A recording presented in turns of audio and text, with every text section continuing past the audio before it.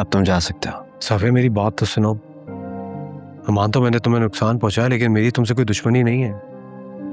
तुम मेरे छोटे भाई हो। तुम अगर मुझे माफ नहीं करोगे तो ये बात कैसे खत्म होगी? ये सब तुम इसलिए कर रहे हो ना कि मैं तुम्हारे खिलाफ कोई पुलिस केस ना करूं? चाहो तो कर दो पुलिस केस यार, मैं तो सजा के लिए भी तैयार हूं। चलें जाविया?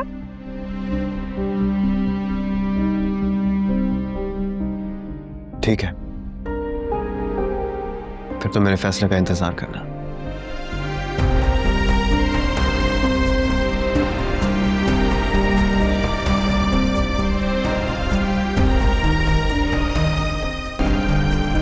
हाय अल्लाह, ये आदिल अभी तक क्यों नहीं आया?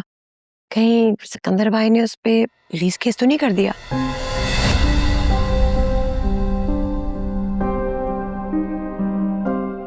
अल्लाह ना करे। भाई सिकंदर भाई के मिजाज को तो तुम अच्छी तरह जानती हो। वो तो आसानी से मानने वाले नहीं है।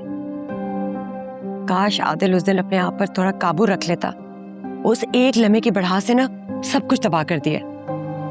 किशोर प्लीज चुप हो जाओ।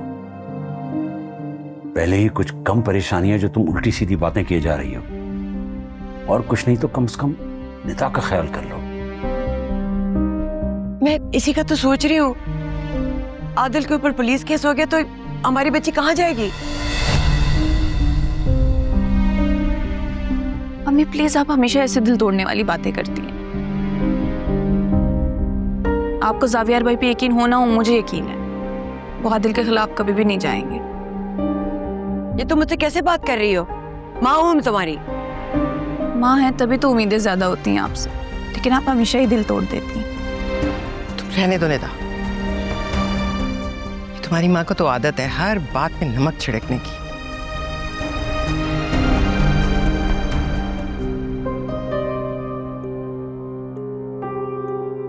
आदिल, आदिल जावियार कैसा है? बेहतर है, होश आ गया उसे।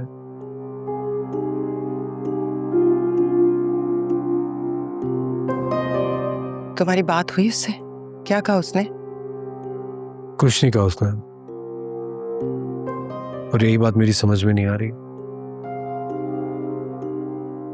कुछ लड़ाई कर लेता, कुछ कहता तो सही, लेकिन इस तरह चुप तो ना रहता।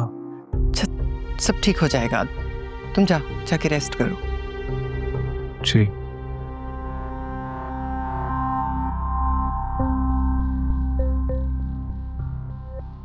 भाई सिकंदर भाई का भी गुस्सा जायज है। अब जावियार की जगह आदिल हॉस्पिटल में होता तुम क्या छोड़ देती? आप प्लीज घर जाएं अम्मी। आदिल थके हुए हैं, उन्हें रेस्ट की जरूरत है। भाई मैं तो सिर्फ तुम्हारे लिए फिक्र दिखा रही थी। अम्मी प्लीज चुप हो जाएं। क्यों चुप रहूं? अगर जीनत आदिल के दिल में जहर ना घुलती ना तो ये सब कुछ ना होता।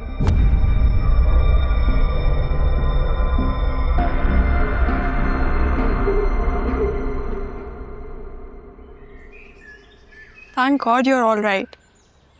It's so great to see you back. Any तुम? सॉरी, मुझे यहाँ नहीं आना चाहिए था। I knew तुम आओगी। चलो यू गाइस स्टॉक में आती हूँ।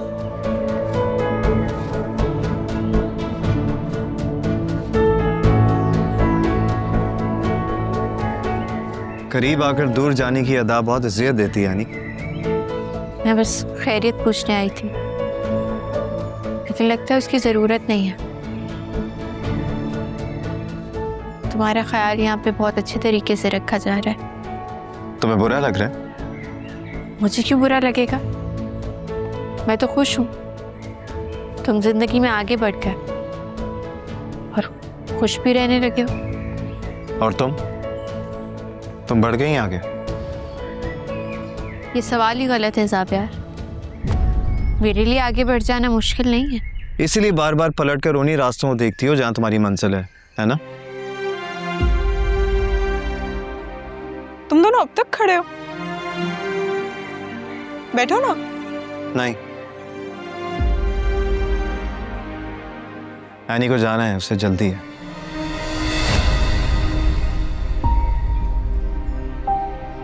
है ना?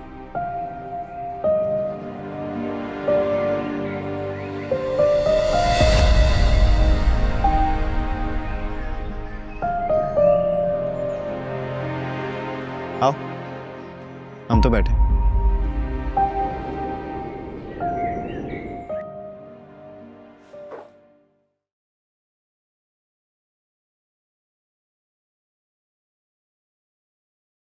क्या है ये?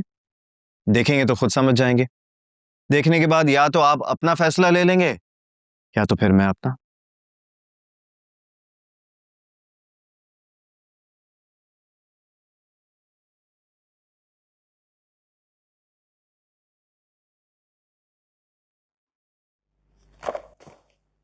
क्या है ये? हाँ, मैंने पूछा क्या है ये? तुम मुझे मेरे ही घर में ब्लैकमेल कर रहे हो? नहीं, मैं आपको चूज करने का एक मौका दे रहा हूं कि घर की बात घर में ही रह जाए। अगर आप गौर से देखें तो यहां वकील का नोट है और बराबर में कंपनी सेक्रेटरी का ईमेल, और ये वो ड्राफ्ट है जो शेयर ट्रांसफर करने के लिए बनाया गया है। क्योंकि मैंने पहले ही सेक्रेटरी को इत्तला दे दी थी कि अगर आदिल को उसका हिस्सा ना मिले तो मैं आदिल को अपना शेयर दे दूंगा। जाविया, तुम होश में तो हो? तुम ऐसा कैसे कर सकते हो? अपनी खानदानी जायदाद ऐसे उठा के किसी को भी दे दोगे, और ये जानते बूझते कि उसने तुम्हारे साथ क्या किया? जान जा सकती थी तुम्हारी। हादसा था वो, और अगर वो करता भी तो मैं उसे जायज समझता, क्योंकि आपकी ज्यादती का अंजाम किसी को तो भुगतना था। क्योंकि मैं आपका बेटा हूं तो मैं यही समझूंगा कि आपकी गलतियों की सजा मेरे हिस्से में आई है। मैं ये नहीं करने दूंगा तुम्हें जाविया। मैं फिर भी करूंगा। जायदाद, शेयर्स, ये सब किसी एक जाति कब्जे के लिए नहीं होती, क्योंकि जिसका जायज हक है उसे मिलना चाहिए। और ये काम मैंने सोच समझ कर किया। तो अब आप सोच लें डैड, कल तक का टाइम है आपके पास। या तो आप आदिल को उसका हिस्सा दे दें या तो फिर मैं अपने हक का हिस्सा उसे ट्रांसफर कर दूं। आपको पता है हम दोनों में फर्क क्या है? मैं अपने भाई को धोखा नहीं दे सकता जैसे आपने दिया था।